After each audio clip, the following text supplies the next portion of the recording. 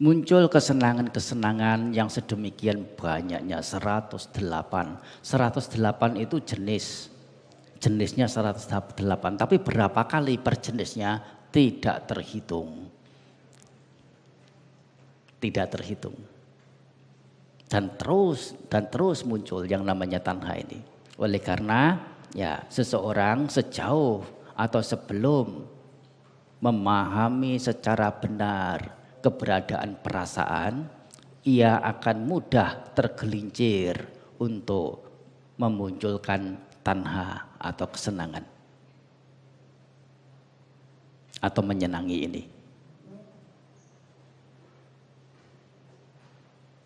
Keberadaan perasaan menyenangkan dan tidak menyenangkan ini menjadi sebab munculnya kesenangan, yaitu menyenangi objek, dan termasuk di dalamnya adalah tidak menyenangi objek.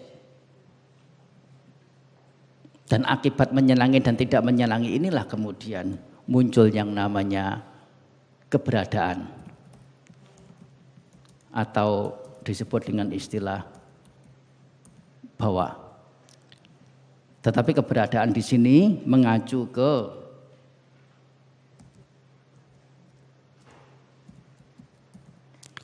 karma,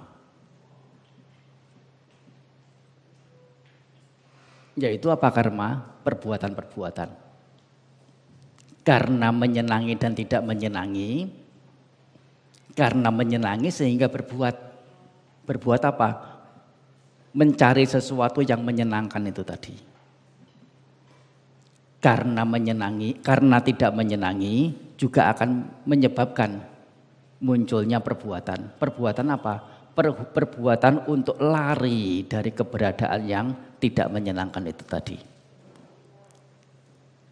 Hal yang menyenangkan dan tidak menyenangkan ini mendorong munculnya satu kemunculan lagi, yaitu perbuatan.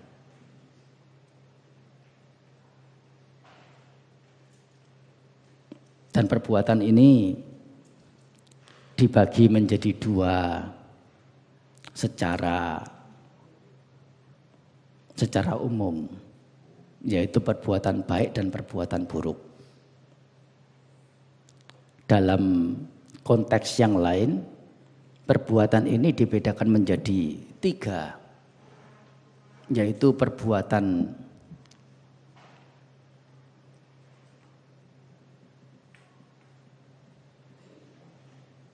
dalam rangka mencari kesenangan indrawi,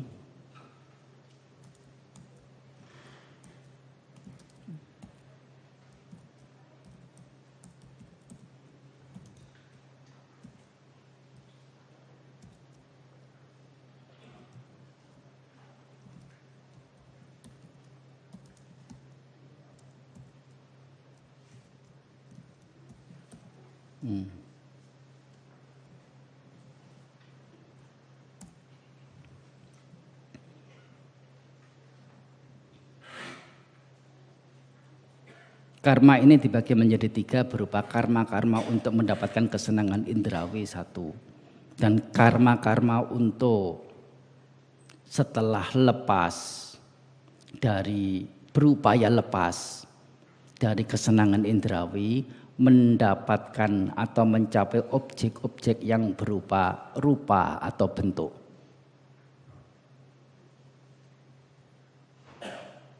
Dalam hal ini maksudnya adalah pencapaian jhana sudah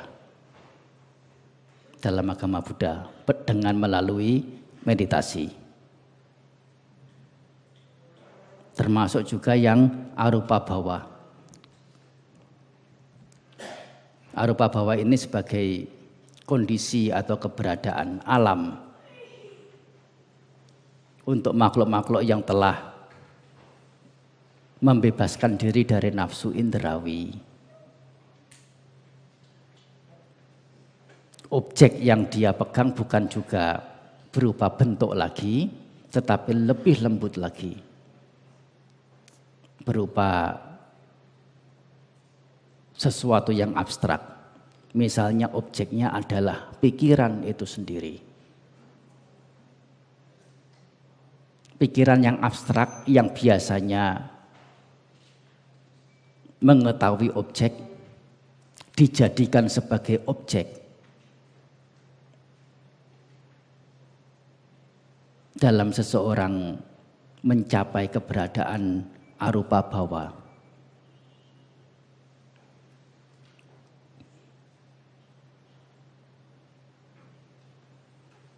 Sehingga karena perbuatan-perbuatan yang bermacam-macam inilah mereka yang melakukan perbuatan dalam nafsu indrawi untuk urusan nafsu indrawi nanti keberadaannya akan berada di alam-alam itu. Alam-alam indrawi ada banyak. 4 apaya, 1 alam manusia dan 6 yang lain alam surga. Ini terus berkeliling di dalam lingkaran alam nafsu ini. Menjadi peta, menjadi binatang, nanti lahir di alam tusita karena berbuat baik, berdana, menjaga sila, kemudian turun lagi sebagai Gandhaba atau dewa pohon, turun lagi di alam asura, naik lagi di alam manusia terus. Ya ini karena munculnya perbuatan. Karena perbuatan ini sehingga memunculkan kelahiran.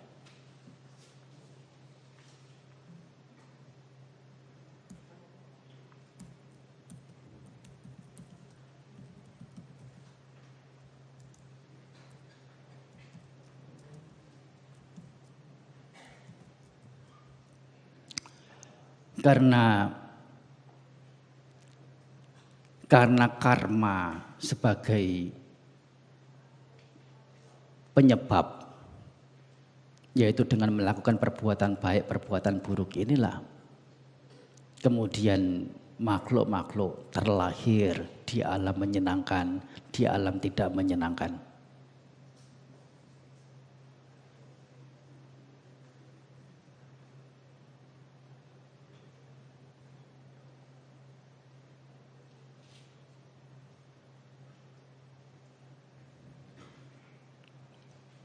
Dan karena ada kelahiran ini kemudian muncul yang namanya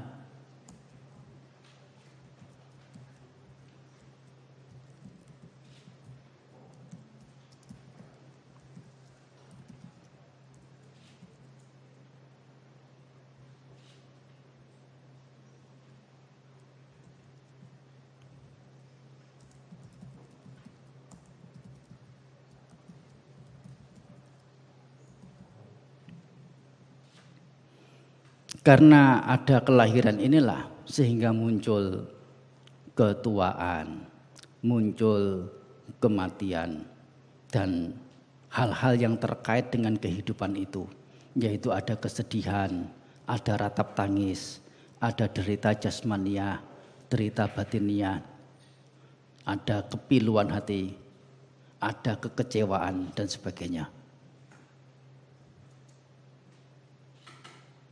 Ini adalah hal-hal yang menjadi kelanjutan dari kelahiran. Kelahiran itu sendiri muncul karena ada perbuatan. Dan perbuatan ada karena menyenangi, mengingini. Nah, tadi ada yang kurang satu. Jadi sebelum masuk ke perbuatan, kalau dalam butir-butir paticca samuppada itu ada satu lagi yang namanya upadana.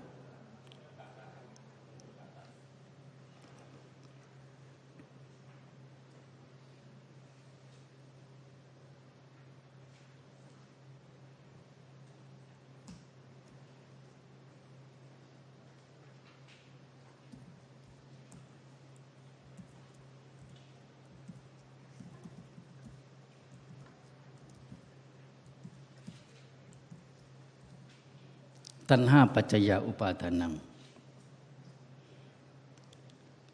Kemelekatan atau bisa juga digunakan istilah kelekatan.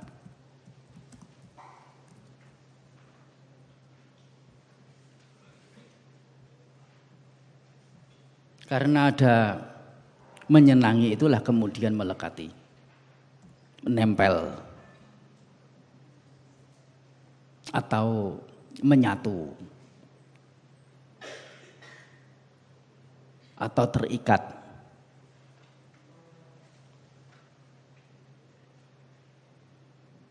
Keterikatan ini ada bermacam-macam. Setidaknya ada 4 jenis keterikatan.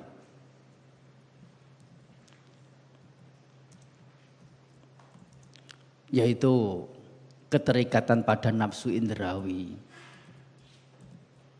keterikatan karena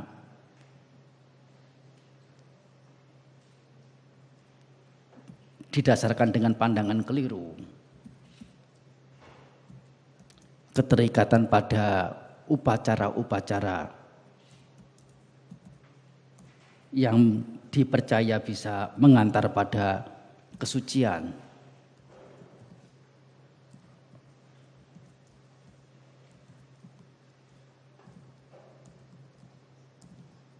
dan satu lagi adalah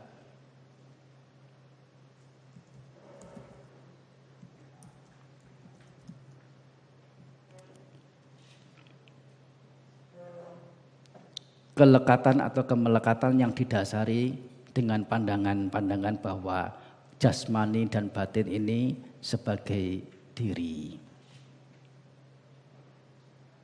Pada intinya memang satu, ajaran Sang Buddha di sini berhubungan dengan keburukan adalah ketidaktahuan. Selesai sudah. Sebetulnya ya simple. Tetapi kalau hanya ketidaktahuan saja yang disebut, nanti tidak jelas. Ketidaktahuan itu rinciannya seperti apa.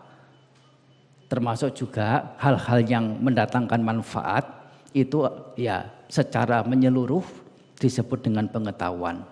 Tapi kalau semua itu yang dibahas itu, yang ditunjuk itu hanya sisi pengetahuan, akan tidak bisa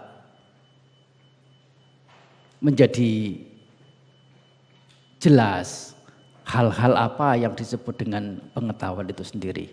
Bagaimana rinciannya?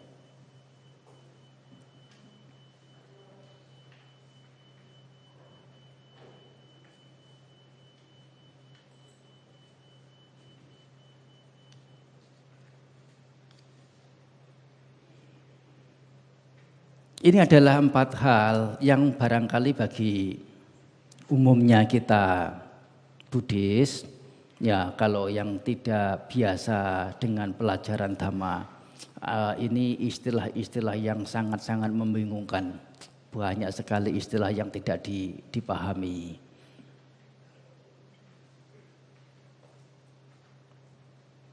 Dan meskipun dipahami, belum tentu juga dalam keseharian itu telah mengalami jenis-jenis hal-hal yang disebutkan di sini. Seperti 4 upadana, 4 kelekatan. Salah satu jenisnya adalah kama.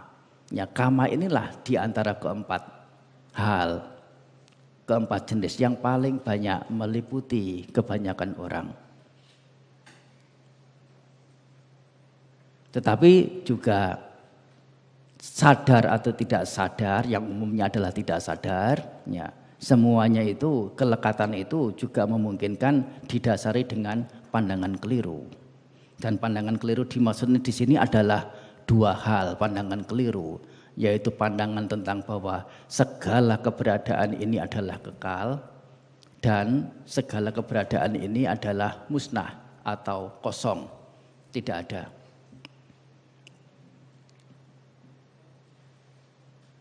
Titik di sini artinya adalah pandangan keliru.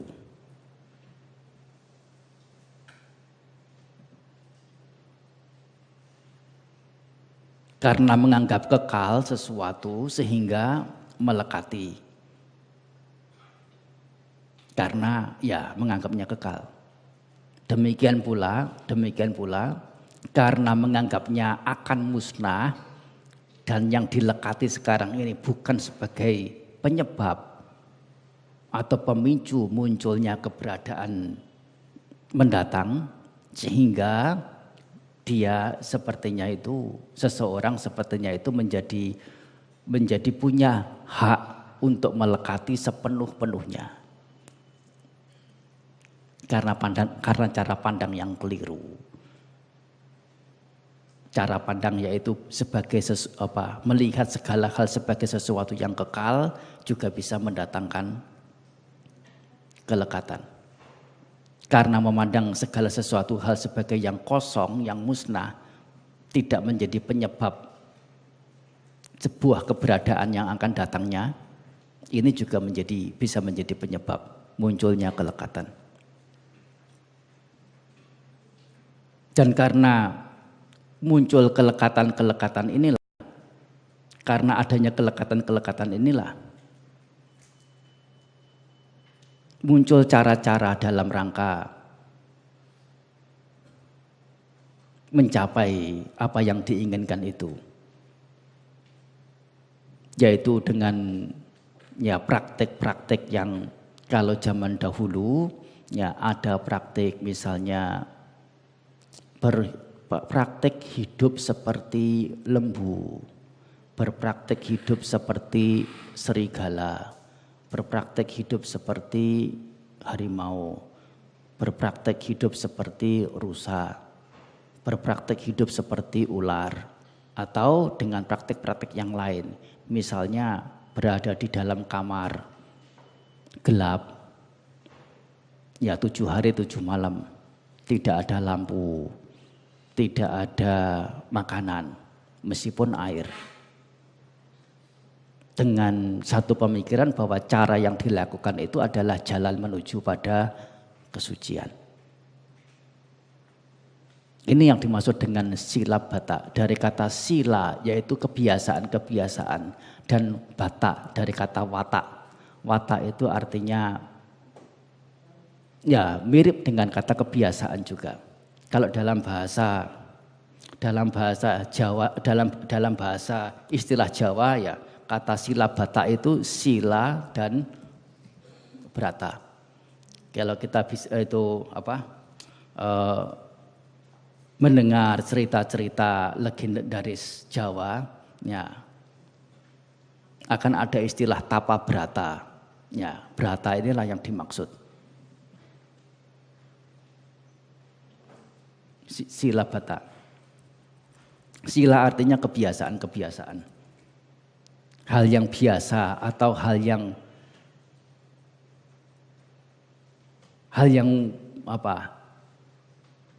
senantiasa dilakukan. Seperti halnya kita menjaga sila, 5 sila, itu adalah hal yang setiap saatnya, setiap waktunya kita menjaga. Dari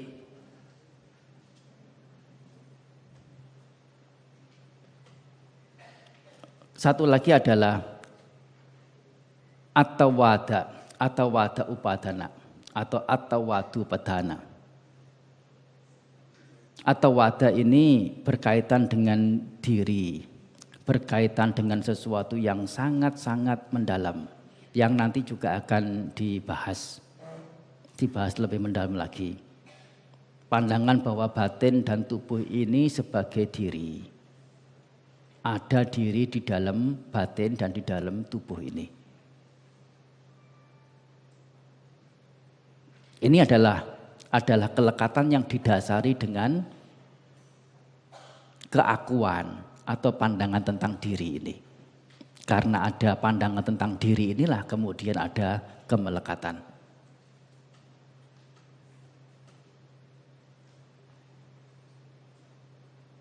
Kembali pada uraian yang tadi terkait dengan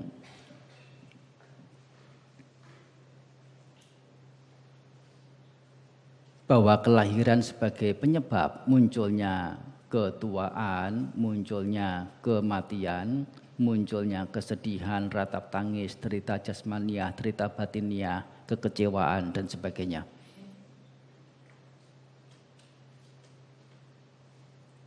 Karena lahir, setelah lahir, bagaimana?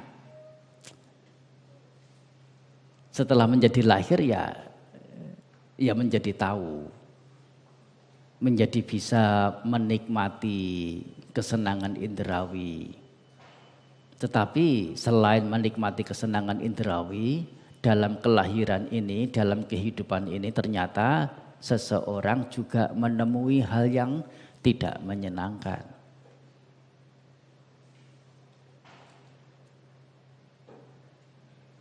Kesenangan yang harus ditukar dengan ketidaksenangan. Nafsu indrawi ini diliputi dengan kecemasan. Cemas akan satu ketika nanti akan jatuh sakit. Cemas satu ketika nanti akan menjadi tua. Cemas satu ketika nanti akan mati. Dan di antaranya itu dalam rangka mencari kesenangan indrawi ini ada berhasil dan tidaknya. Berhasil menjadi puas. Kalaupun menjadi puas karena berhasil, ini pun juga mendatangkan kesedihan juga. Apa sedihnya? Sedihnya sewaktu hasil yang didapat ini menjelang habis buahnya. Apalagi kalau apa yang dicari itu tidak berhasil, muncul kekecewaan. Berpisah dari yang disenangi adalah kekecewaan. Berjumpa dengan yang disenangi, baik barang ataupun orang, siapapun.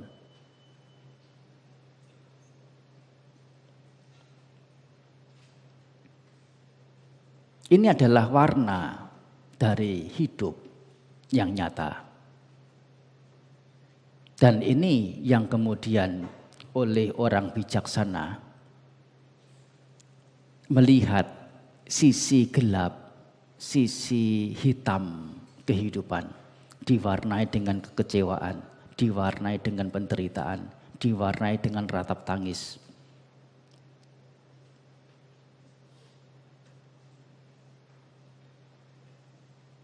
Apabila kelahiran yang muncul tidak diikuti dengan ketuaan, tidak diikuti dengan kematian, tidak diikuti dengan kekecewaan, ratap tangis, tidak diikuti dengan derita-derita yang lain, tentu kelahiran itu akan menjadi tidak bermasalah. Dan kelahiran ini akan menjadi masalah setelah ternyata berdampak. Kelahiran ini karena lahir menjadi sakit, menjadi tua, menjadi mati, menjadi sedih, menjadi pilu, menjadi kecewa. Pernyataan ini bukan pernyataan yang dibuat-buat. Dewasa atau anak-anak setiap orang merasakannya. Wanita atau lelaki, kaya atau miskin, siapapun dirasakan semua. Dan ini permasalahannya. Meskipun sudah ada seperti ini, masih juga mau melekati kelahiran.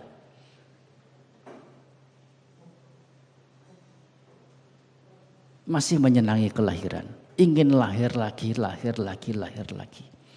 Ini yang disebut dengan tidak melihat derita. Dan sebagai orang yang bijaksana, Sang Buddha dalam hal ini adalah Sama Sambuddha, Pacceka Buddha, Sawaka Buddha. Menembus, melihat, menyadari bahwa ketuaan, kematian, ketuaan adalah derita, kematian adalah derita, ratap tangis adalah derita, derita batin, derita jasmani adalah derita. Kekecewaan adalah derita, mengetahui ini adalah derita.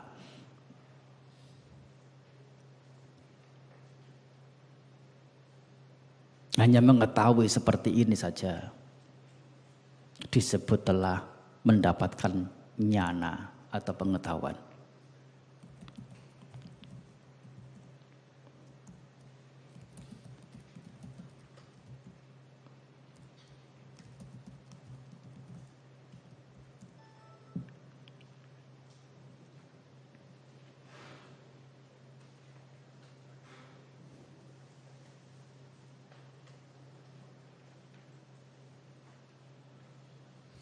Oleh karena apa? Oleh karena setelah seseorang, yaitu orang bijaksana ini mengetahui ketuaan sebagai penderitaan, penyakit sebagai penderitaan, kematian sebagai penderitaan, kekecewaan sebagai penderitaan, dia akan menjadi enggan dengan yang namanya hidup ini. Karena hidup diwarnai dengan hal-hal yang tidak menyenangkan seperti itu. Dan setelah ditelusuri, mengapa ketuaan itu sampai ada? Mengapa kematian itu ada? Mengapa kekecewaan itu ada?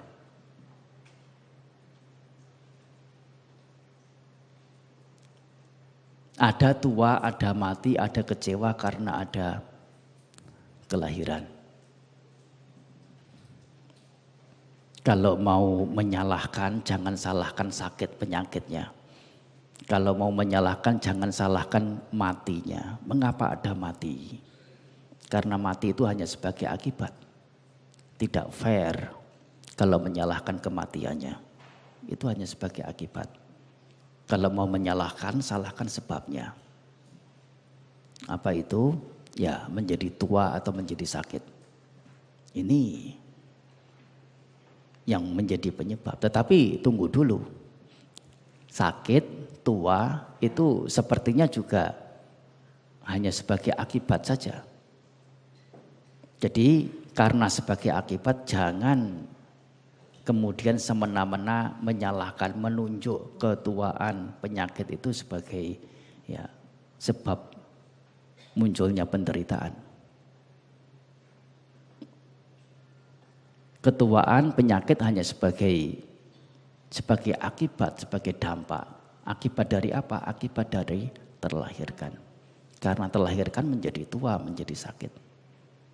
Kalau mau menyalahkan kematian, mengapa harus mati, mengapa harus sakit, mengapa harus kecewa, salahkan di menjadi lahir ini.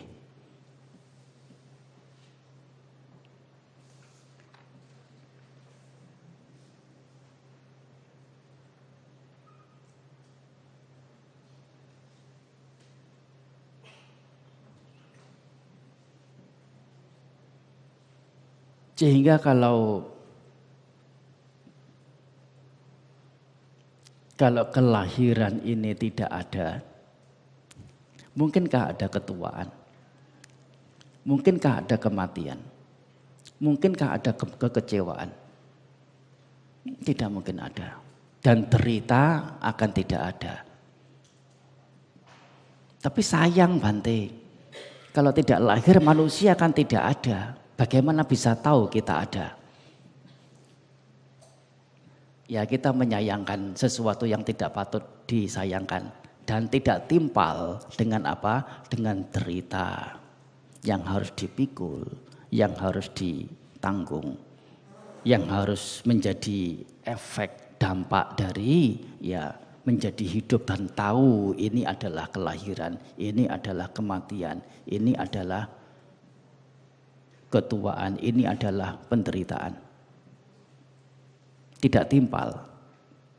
Sedemikian mengerikannya penderitaan ini. Bukan hanya saat ini saja penderitaan muncul. Tetapi setiap kali kehidupan ada. Setiap kali kelahiran itu ada.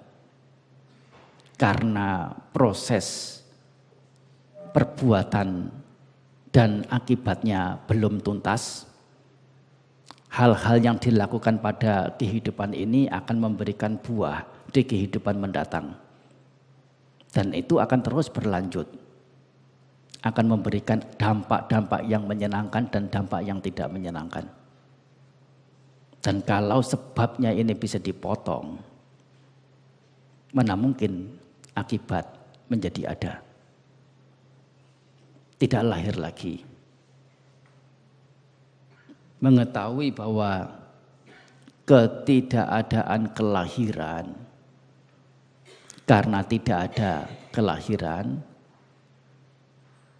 ketuaan, kematian, derita, kecewa menjadi tidak ada. Hanya mengetahui seperti ini saja, ini sudah disebut dengan nyana atau pengetahuan. Muncul nyana. Menyadari kelahiran ini adalah derita. Oleh karena kelahiran ini memberikan dampak-dampak kekecewaan, dampak-dampak derita yang lainnya. Dan ini akan terus berlanjut pada butir-butir berikutnya. Permasalahannya adalah bahwa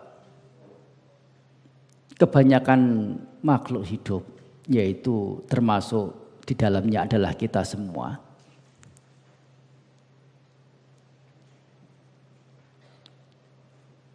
selalu berputar dalam sisi ini, selalu berputar dalam sisi majunya, karena ada perasaan ini ada yang menyenangkan, tidak menyenangkan, akan mendatangkan apa? Menyenangi dan tidak menyenangi. Karena ada menyenangi dan tidak menyenangi, menjadi melekati sesuatu yang menyenangkan. Berusaha lari pergi dari sesuatu yang tidak menyenangkan. Secara umum adalah munculnya kemelekatan. Dan karena ada kemelekatan inilah berlanjut pada perbuatan baik dan perbuatan buruk. Dan karena ada perbuatan baik, perbuatan buruk, muncul akibat-akibat berupa terlahir di segala jenis alam sesuai dengan jenis perbuatan yang dilakukannya. Dimanapun lahir, di alam manusia juga ada ketuaan di alam manusia. Ada penyakit di alam manusia, ada kematian di alam manusia, dan itu juga menyakitkan, mati dari kehidupan manusia. Terlahir di alam peta, di sana, di alam peta sana juga ada ketuaan, di sana juga ada kematian, di sana juga ada penyakit, di sana juga ada kekecewaan, dan mati dari alam peta juga penderitaan. Akibat perbuatan-perbuatan tertentu yang menyebabkan seseorang terlahir di alam binatang juga ada ketuaan, ada kematian, ada kekecewaan. Dan binatang, makhluk hidup di alam itu yang harus mengalami kematian, dia menderita. Jangankan dirinya yang harus mengalami kematian.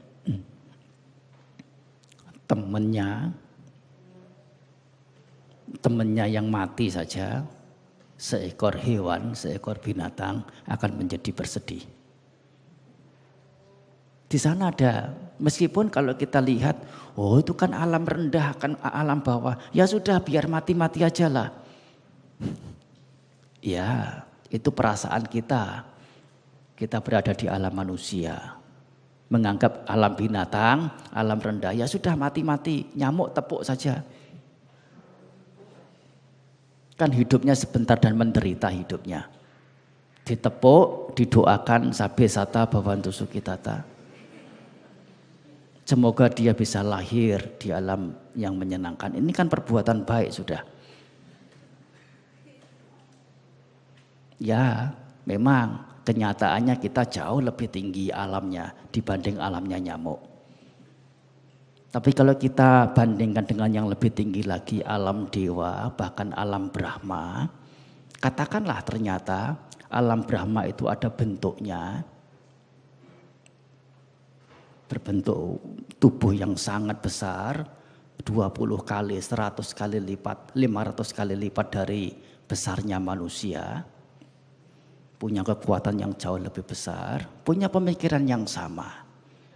Manusia hidupnya singkat, pagi, siang, sore, bahkan malam juga harus kerja. Kasihan mereka, hidupnya menderita. Ya penceti satu-satu saja. Kasihan, sabe sata bawantu sukitata.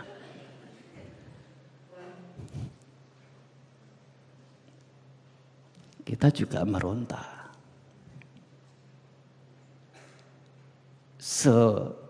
Kita anggap serendah apapun kehidupan satu makhluk, mereka mencintai kehidupannya dan akan menjadi kecewa, akan meronta kalau harus menemui penyakit, menemui ketuaan, menemui kematian. Meskipun di alam neraka, di alam binatang, di alam peta, alam asura, kelekatan ini ada di mana-mana. Apalagi terlahir di alam yang lembut, alam dewa, termasuk alam Brahma, rupa Brahma dan arupa Brahma. Keberadaannya sedemikian lembut, sedemikian ya mengagumkan, sehingga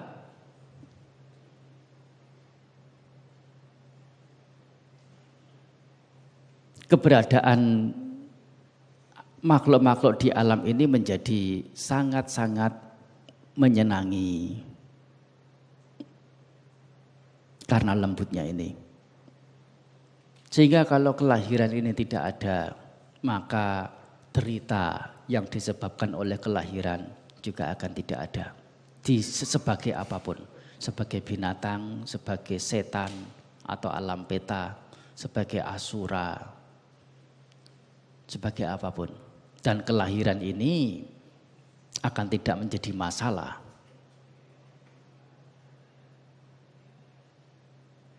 Kelahiran ini akan tidak menjadi ada jika tidak ada perbuatan.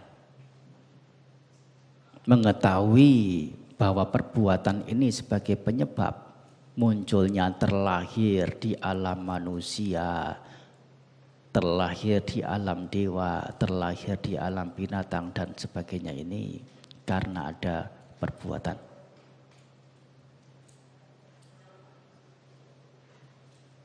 Dan mengetahui seperti ini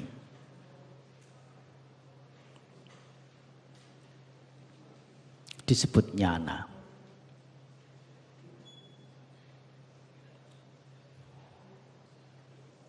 Saya kembali pada penjelasan yang terpotong tadi, bahwasanya karena dimulai dari perasaan itu kemudian muncul kelekatan, dari perasaan muncul kesenangan atau menyenangi.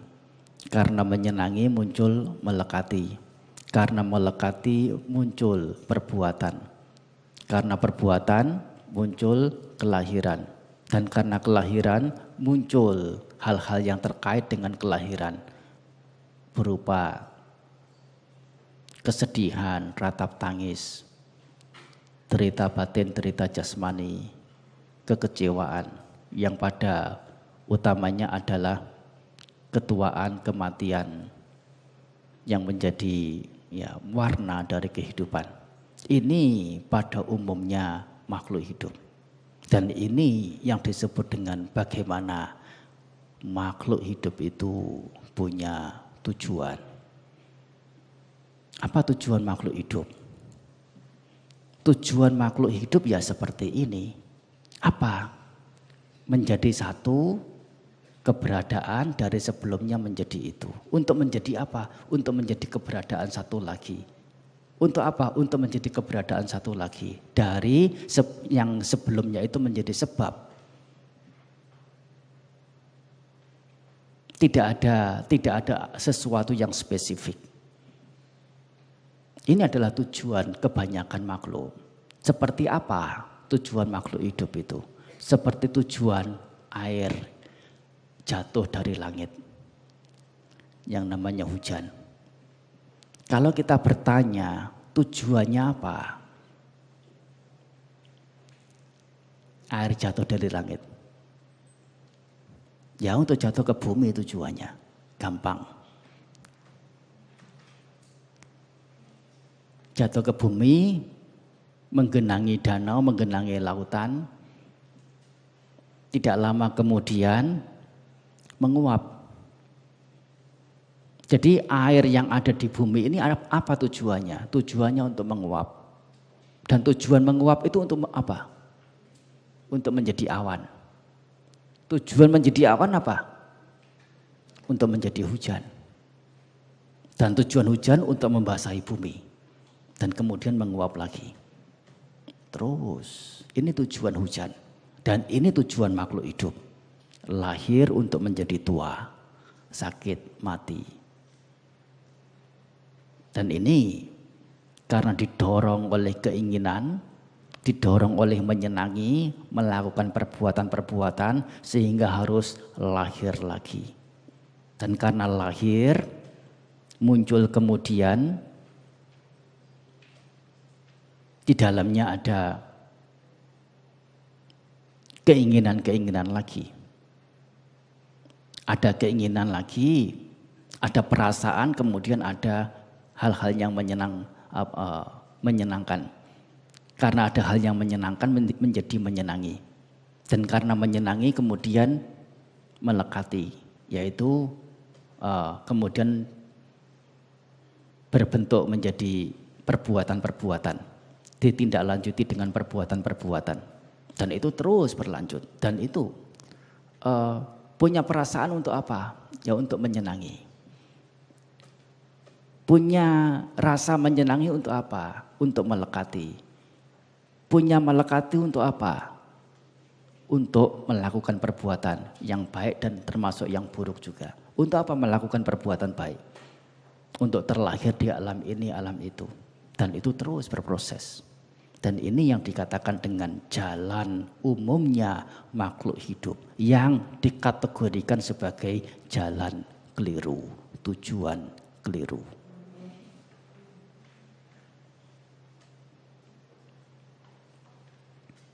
Karena jalan ini ditempuh tidak ada titik selesainya.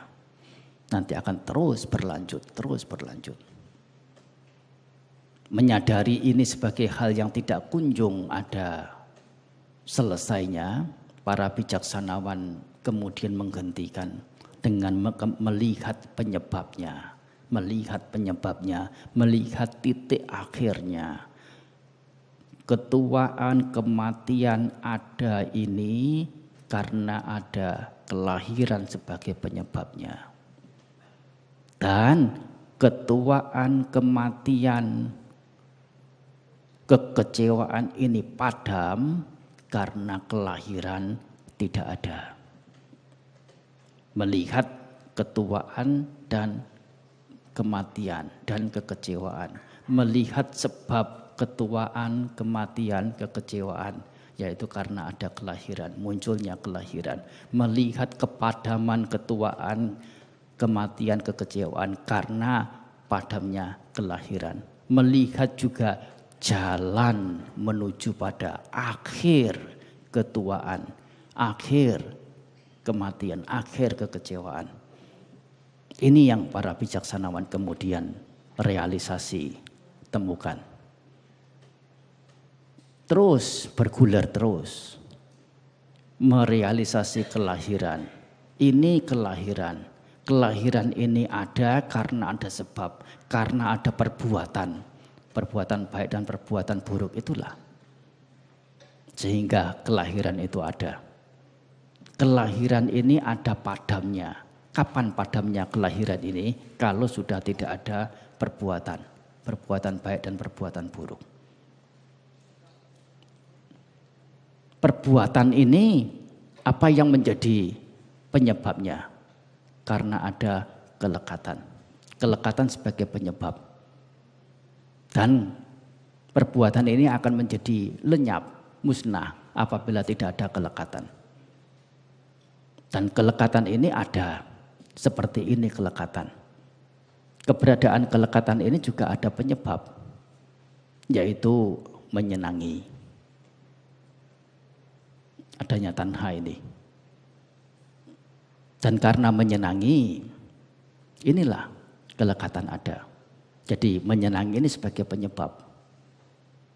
Tahu sebab kelekatan, yaitu menyenangi. Tahu akhir kelekatan, yaitu apa?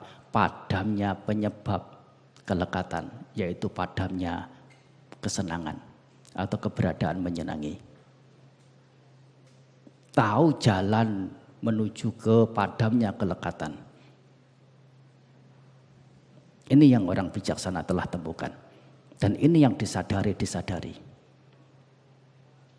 Sang Buddha menyadari paticca samuppada atau menembus paticca samuppada. Ini pertama kalinya di proses pencapaian penerangan sempurna. Proses pencapaian penerangan sempurna Sang Buddha itu dibagi menjadi tiga waktu.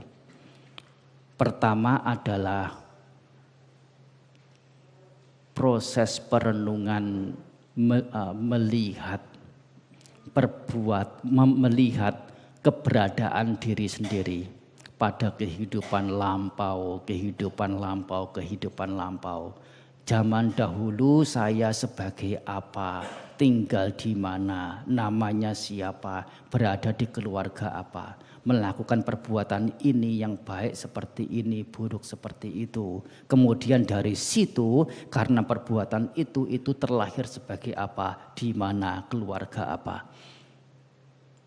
Dan terus mundur dan maju lagi, mundur lagi. Ini melihat kehidupan beliau sendiri di masa-masa yang lampau. Pengetahuan yang seperti ini disebut dengan pubbe niwasa anusati nyana.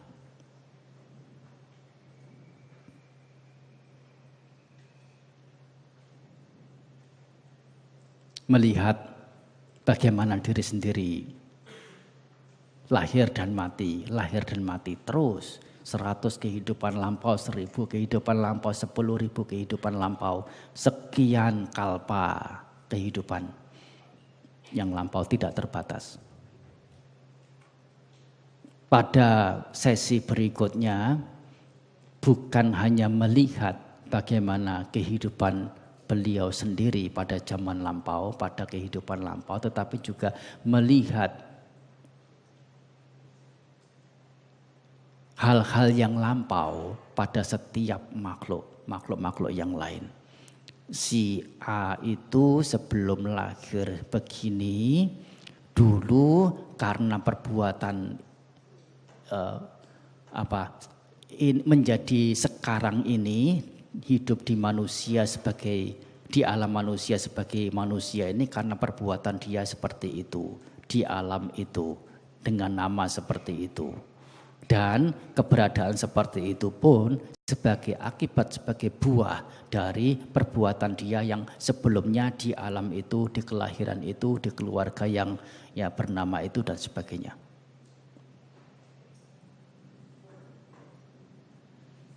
Melihat keberadaan makhluk hidup dari sisi apa yang menjadi keberadaannya, apa yang menjadi penyebab, yaitu perbuatan-perbuatan yang dilakukan. Ini yang disebut dengan mata dewa.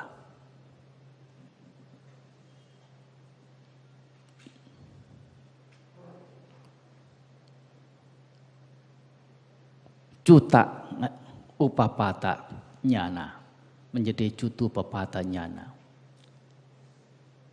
Yaitu cuta itu artinya lenyap, upapata artinya muncul. Pengetahuan pada kelenyapan dan kemunculan makhluk hidup. Artinya lahir dan matinya makhluk hidup. Dan ini yang dimaksud dengan pengertian diba cakhu. Diba artinya kedewaan, cakhu artinya penglihatan, penglihatan secara kedewaan. Jadi jangan diterjemahkan diba cakhu, ya artinya mata dewa itu, ya bisa lihat setan, bisa lihat makhluk beta, ada di pojokan sana, ada di pinggir, ada di tepi sungai dan sebagainya. Bukan begitu yang dimaksud. Tetapi kemampuan, lebih dari itu adalah kemampuan dalam melihat keberadaan kehidupan. Karena perbuatan-perbuatannya menjadi seperti apa. Dan menjadi apa karena perbuatan yang bagaimana. Ini adalah malam kedua, sesi kedua dalam malam pencapaian penerangan sempurna. Sesi ketiga yang menjadi sesi terakhir adalah penembusan atau penghancuran kotoran batin. Menghancurkan kotoran batin secara total dan permanen. Menghancur asawakkhaya nyana. Nyana pengetahuan tentang sernanya segala bentuk kotoran batin. Bagaimana kotoran batin bisa disernakan? Melalui perenungan paticca samuppada atau kemunculan yang berpenyebab. Bahwasanya paticca samuppada ini adalah pokok dhamma yang beliau capai. Setiap butir dalam paticca samuppada ini beliau telusuri melalui penelaahan dalam 4 kebenaran mulia, yaitu ada derita. Apa itu derita? Ketuaan, kematian, kekecewaan, ratap tangis, kesedihan, derita jasmani, derita batiniah adalah derita. Ini adalah dukkha arya saja. Kemudian mengetahui apa yang menjadi penyebab ketuaan, kematian, kekecewaan, ratap tangis, kesedihan dan sebagainya itu. Mengetahui sebabnya adalah kelahiran. Lahir menjadi penyebab ketuaan. Dan setelah menyadari, merenungkan paticca samuppada, baik secara urutan majunya maupun urutan mundurnya. Urutan majunya itu yang dikatakan tujuan-tujuan kebanyakan orang. Tujuan keliru. Punya perasaan ya untuk menyenangi. Menyenangi ya untuk melekati. Melekati ya untuk berbuat. Berbuat ya untuk terlahirkan. Terlahir untuk tua, sakit, mati. Dan kemudian karena kekuatan perbuatannya akan harus terlahir di alam lain lagi. Dan harus kembali lagi punya perasaan. Untuk menyenangi lagi, melekati lagi terus berikut. Ini yang dikatakan sebagai arahan-arahan atau tujuan-tujuan keliru. Ini yang Sang Buddha renungkan. Dan merenungkan dari sisi baliknya. Bahwasanya padamnya kematian, ketuaan, kekecewaan adalah kelahiran. Dan padamnya kelahiran adalah karena padamnya perbuatan. Padamnya perbuatan adalah karena padamnya kelekatan dan begitu seterusnya. Ini yang dicapai oleh Sang Buddha. Melewati perenungan 4 kebenaran mulia. Yang ditembus adalah paticca samuppada ini. Dan menjadi serna kotoran batinnya karena paticca samuppada ini. Dan muncul kemudian yang disebut cabbana rangsi. Apa itu cabbana rangsi?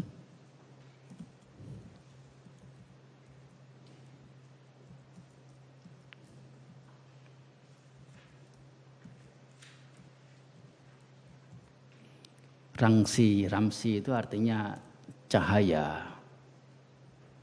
Dari kata ya ca dan bana, dari kata warna itulah. Ca itu artinya 6.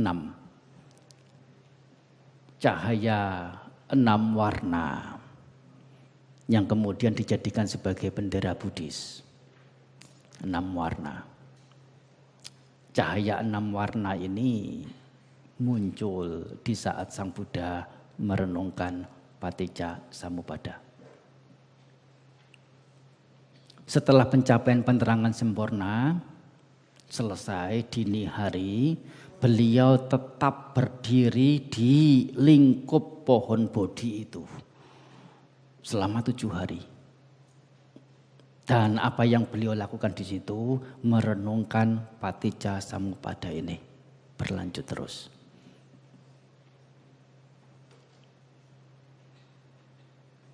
Tentang keberadaan Paticca Samuppada yang nyata, yang menjadi kebenaran bagi setiap makhluk hidup, menjadi sumber penderitaan juga karena Paticca Samuppada. Tidak mengetahui Paticca Samuppada atau mengikuti arus butir-butir itu.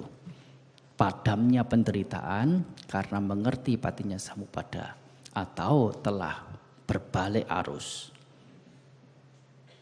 melalui memadamkan penyebabnya.